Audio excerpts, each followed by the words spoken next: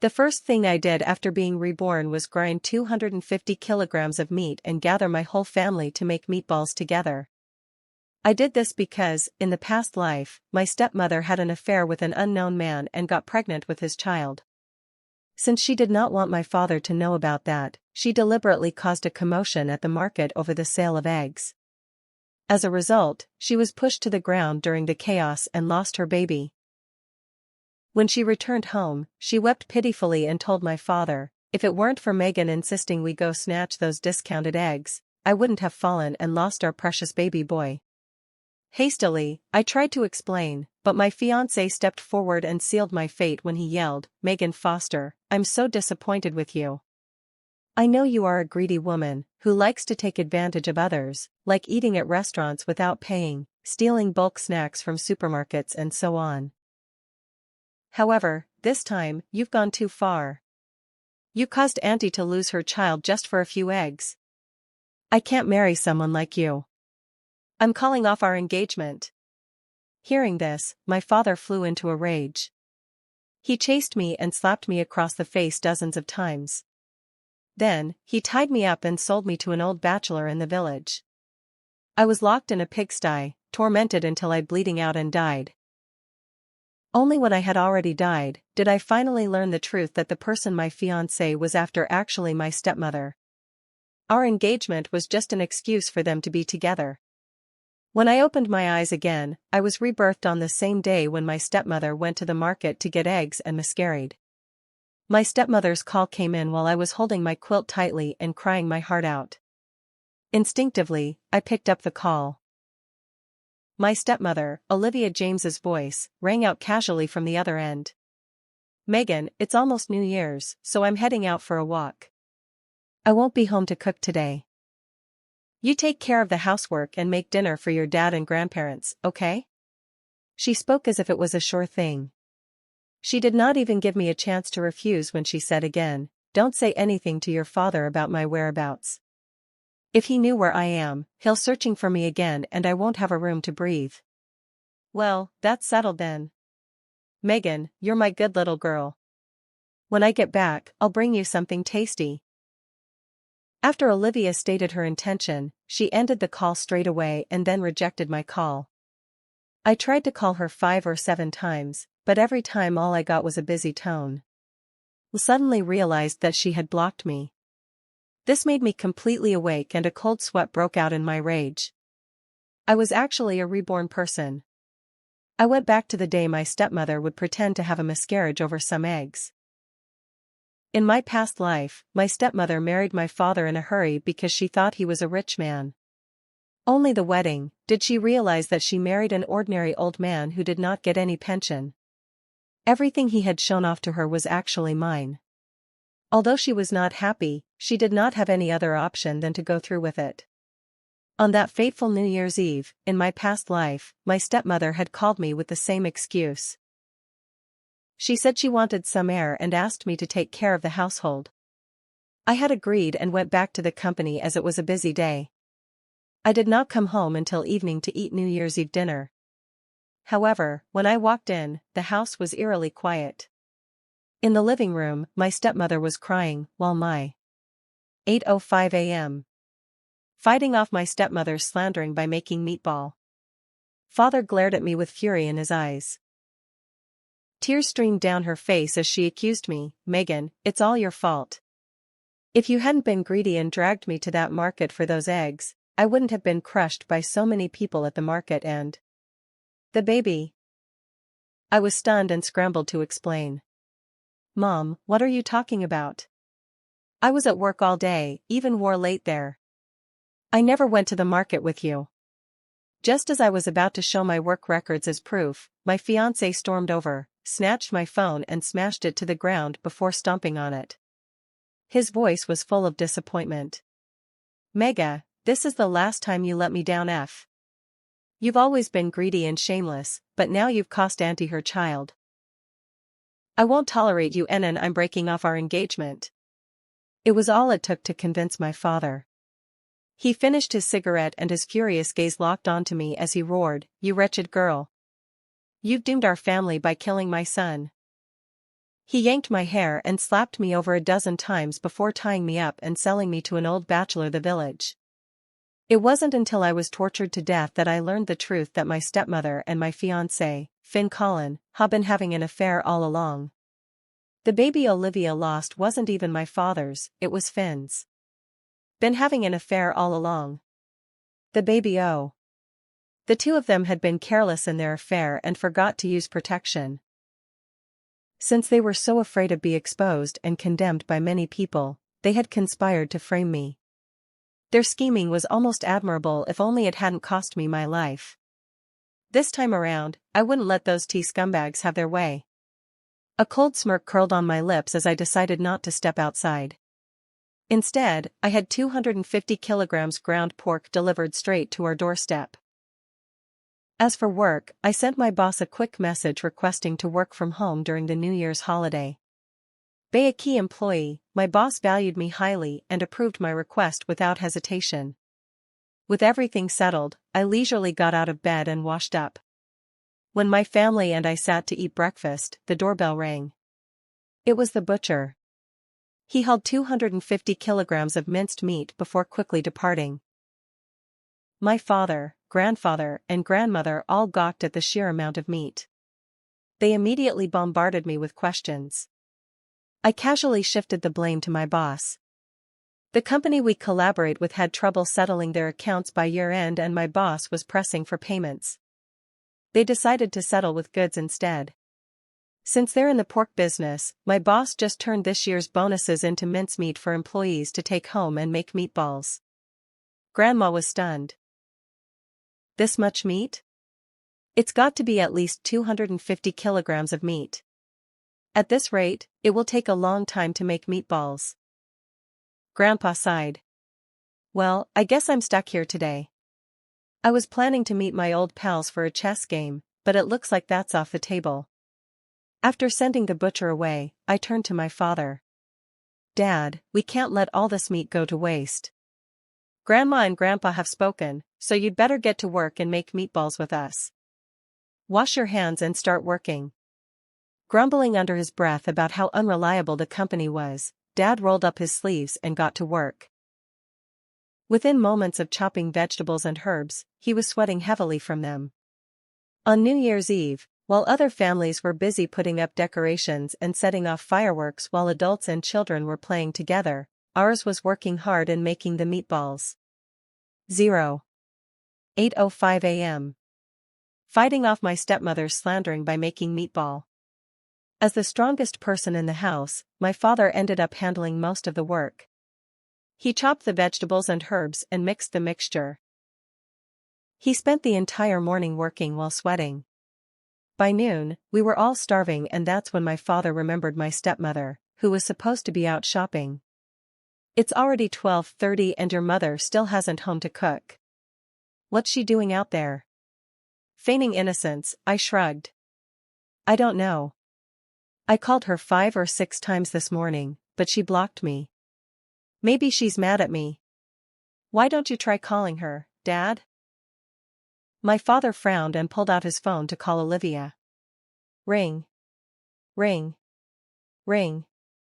He had made 3 consecutive calls but Olivia still did not answer. His face darkened with frustration and anger and he then turned to ask me. Did you argue with your mother? Otherwise, why wouldn't she answer my calls? Megan, you're 25 years old already. How can you still be acting like a child and upsetting your mother? I pouted and pretended to be upset, then pulled out my phone and played back a recorded all. Dad, you're blaming me unfairly again. This time, it's clearly you who made Mom refuse to come home. I played the recording in front of the entire family and my stepmother's voice rang clearly from my phone. The moment my father heard her say she didn't want him to find her, his expression turned grim. Silently, he lit a cigarette and smoked for a long time with a sullen face before finally calming down. Grandpa and Grandma stepped in to console him, while I took the opportunity to order 4 sets of takeout. Dad, Grandpa, Grandma, since Mom isn't coming home to cook and we're all busy making meatballs, let's just eat some takeout for now. Grandpa and Grandma praised me for being a good child, while my dad remained silent. He felt upset and depressed. This tense atmosphere lasted until the evening. After countless hours, we finally finished making 250 kilograms of meatballs. By then, our hands were so sore they could barely move. My dad stepped out to buy a pack of cigarettes, while Grandpa and Grandma went into the kitchen to start cooking the meatball. I sat on the couch while scrolling through my phone, occasionally glancing up at the night sky with a faint smile. This time, I had stayed home the entire day and never took one step outside. No one could possibly pin my stepmother's miscarriage on me again, or so I thought. Just as I took a sip of water, the front door burst open. My so-called fiancé, Finn, stumbled in. He was supporting my stepmother, Olivia. The moment she saw me, her eyes turned red with rage and she immediately started screaming at me, "Megan! You're truly heartless. I have been nothing but kind to you, but you deliberately caused me to lose my baby." I did not even have a chance to say anything before my fiancé, Finn, chimed in.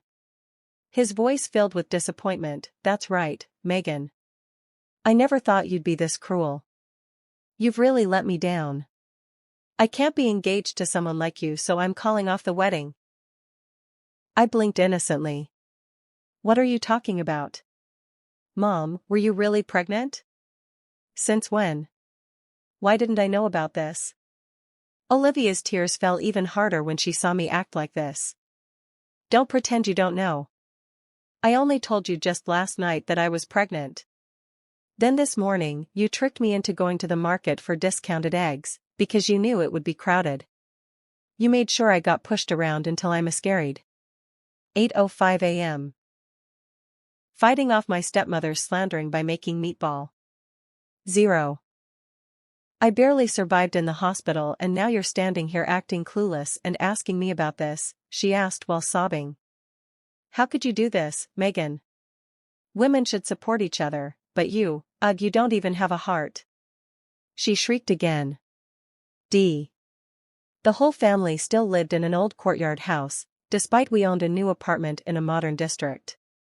It was tradition, my grandparents insisted. Since tonight was New Year's Eve, many of our neighbors gathered outside to build snowmen and set off fireworks, so they naturally overheard the commotion at our house. Being busybodies, they started gathering around our door, eager to see. Olivia purposely stood at the door and did not step inside. Instead, she yelled at the top of her lungs. When the neighbors heard her accusation, they looked at her with stinky eyes. I always thought Megan was such a sweet girl. Who knew she had such an evil heart? Looks can be deceiving. We watched her grow up, but we never really knew what she was capable of, they said. One middle-aged woman shook her head. That settles it. I need to warn my son and daughter-in-law to stay away from her. Who knows what she might do to my family one day? Voices of agreement rose around her. One by one, the neighbors made it clear that they would not let me near their youngsters anymore. Tears welled up in my eyes. However, this time, they weren't from helplessness or despair like in my past life. No.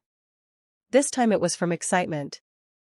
Seeing my reaction, Olivia assumed I was scared of her accusation, so she became even more dramatic and painted me as the evil villain to anyone who would listen. Meanwhile, my fiancé, Finn, didn't even give me a chance to explain. He grabbed my arm and forced me to kneel before Olivia. In the past, children were expected to respect their elders. Not only have you failed to honor your stepmother, but you also caused her to lose her child. You have to apologize to your stepmother and make amends. As a woman, you should obey your father and then obey her husband after she got married. So, as your fiancé, it's my responsibility to teach you a lesson. With that, he yanked my hair and forced me to bow my head. He pushed my head and forced me to bow 7 or 8 times in a row. He held me so hard that my head hit the floor with loud, painful thuds. Blood trickled down my face, but Finn acted as if he didn't see it. Instead, he took it even further. An apology alone isn't enough to make up for the loss of a child. There has to be material compensation as well. Megan, hand over your year-end bonus so your stepmother can buy nutritional supplements. And while you're at it, sign over your new apartment to her so she has a comfortable place to recover. Only then can you truly show your sincerity in making amends to Auntie. Hearing Finn's self-righteous speech, I couldn't help but laugh in disbelief. See? The absurdity of the situation hit me, but at the same time, everything became crystal clear, that it was obvious Finn and Olivia had teamed up against me. Not only did they want to get rid of me, but they also had their eyes on my year-end bonus and my property. Everything had finally made sense. It was now clear why Finn suddenly obsessed with me and pursued me relentlessly just after my stepmother had just married my father in just a few days. Before, I found it strange. When did our foster family become so popular in the matchmaking market? Now, I understand everything. 8:06 a.m. Fighting off my stepmother's slandering by making meatball. When I realized this, I did not hesitate anymore. I leaned forward and spit directly at Finn's face. Pfft, she only lost her bastard child and now you think you can take my year-end bonus and property? Where do you get the audacity? Both Finn and Olivia were momentarily stunned, but soon their shock turned into fury. Olivia started sobbing dramatically. Finn, stop talking. Megan has never liked me as her stepmother. She'll never listen. Forget it. A stepmother is unwelcome no matter where she goes. Outsiders despise me and now even my own family wants to harm me. If I had known this would happen, I would have rather died. Seeing Olivia make a show of running towards a tree to bang her head, Finn immediately grabbed her and comforted her in a soft voice, "Auntie, don't be sad. I already called Uncle Thomas. He'll be here soon to set things right for you. After all, Uncle Thomas is the head of the family. Everything he says is the law. Megan has to obey him." The gathered neighbors nodded in agreement. They stopped what they were doing, brought out their stools and sat in front of my house. They were waiting for my dad to arrive. I tell you, Thomas Foster needs to teach that girl a lesson. She's gotten too bold, even daring to bully her elders. Didn't you hear what she said? She called Olivia's baby a bastard. That's just outrageous. Having such an evil daughter is truly a punishment.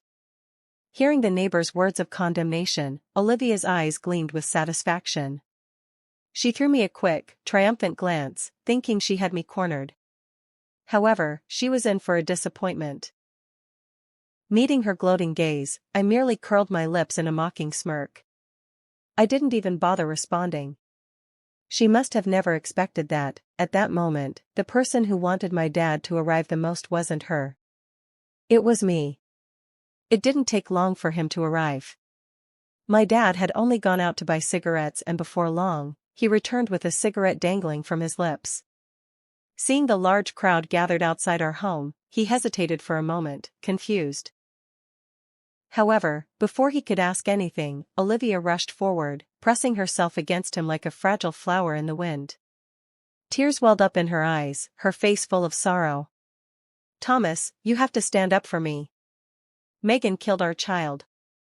The doctor said, it was a boy. He would have been a chubby little kid. My dad's expression darkened instantly. He stiffened, his face stormy as he turned to me and roared, "Megan, get over here. What the hell is going on?" Before I could respond, Finn stepped in front of me and blocked my way as he added fuel to the fire. "Uncle Thomas, it's all Megan's fault. You have to seek justice for Aunt Olivia." "That's right, Thomas. You have to punish Megan severely and avenge our son." Olivia clung to my father's arm and wailed, "This morning, Megan insisted I go with her to the supermarket to grab some discount eggs. I told her I was pregnant and didn't want to go, but she dragged me to go there When we got there, the place was packed. Megan refused to go into the crowd herself, so she pushed me in instead. There were so many people, someone knocked me down and then the crowd just kept pushing and I lost my baby." She broke down in sobs. "Woo woo. Thomas, our precious son. He never even got a chance to be born before Megan took his life." She kept on wailing.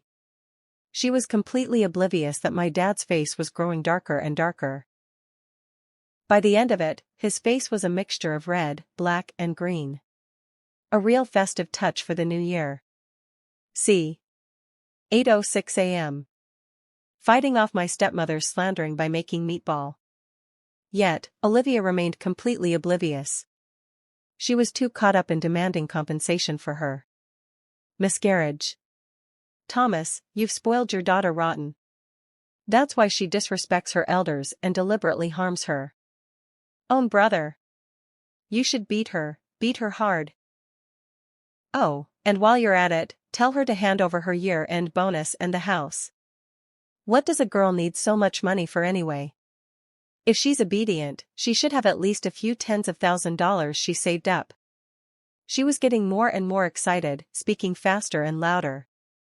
However, after a while, she finally noticed something was wrong because the entire courtyard had gone silent.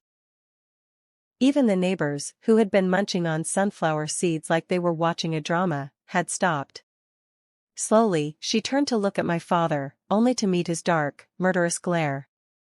Olivia instinctively shivered and hesitated before speaking again. "Thomas, why aren't you saying anything?" My father clenched his teeth, his jaw tightening. "So, are you saying that early this morning, Megan dragged you out to fight for discount eggs and that's how you lost the baby?" "Yes.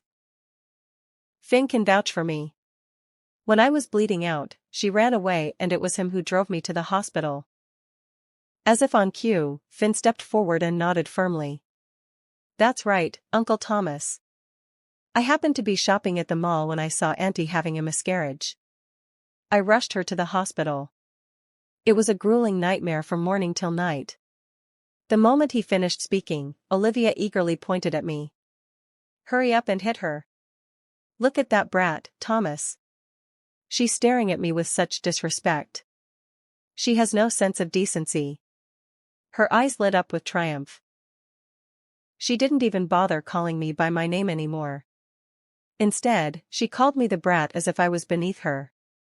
She was so sure my father was about to beat me up. Slap. Slap. Unfortunately, 2 resounding smacks landed on Olivia's face, one on each cheek, perfectly symmetrical. Within moments, bright red handprints bloomed on her skin. She stood frozen. She was too stunned to react. Then, with a voice full of disbelief, she shrieked, "Thomas, why are you hitting me? You should be Megan. I wasn't the one who wanted to lose the baby. It was Megan. She killed our son, so you should be punishing her, not me." Olivia wanted to keep babbling her indignation, but when she finally noticed the way my father was looking at her, seeing how his face twisted in fury and his fists clenching and unclenching at his sides, her voice became lower and lower until she finally fell silent. My father spit on the ground and grabbed a fistful of her hair. In front of all the stunned neighbors, he swung his arm and rained down a flurry of slaps. Slap, slap, slap. After a series of slaps, Olivia's face was so swollen she barely looked human. She looked at my dad. Incredulously, tears of humiliation flowing from her eyes. "I get it now. I finally get it," she whimpered, her voice shaking. "I'm so disappointed in you, Thomas. Just to protect your precious daughter, you'd rather beat me senseless. You're trying to silence me with violence." Seeing Olivia was being humiliated, Finn panicked. He rushed over and grabbed my father's arm and pulled him back with force. "Uncle Thomas, what's wrong with you? Even if Megan is your biological daughter, you can't just blindly take her side without considering the truth." 8:06 a.m. J. Fighting off my stepmother's slandering by making meatball. "Auntie Olivia carried your child.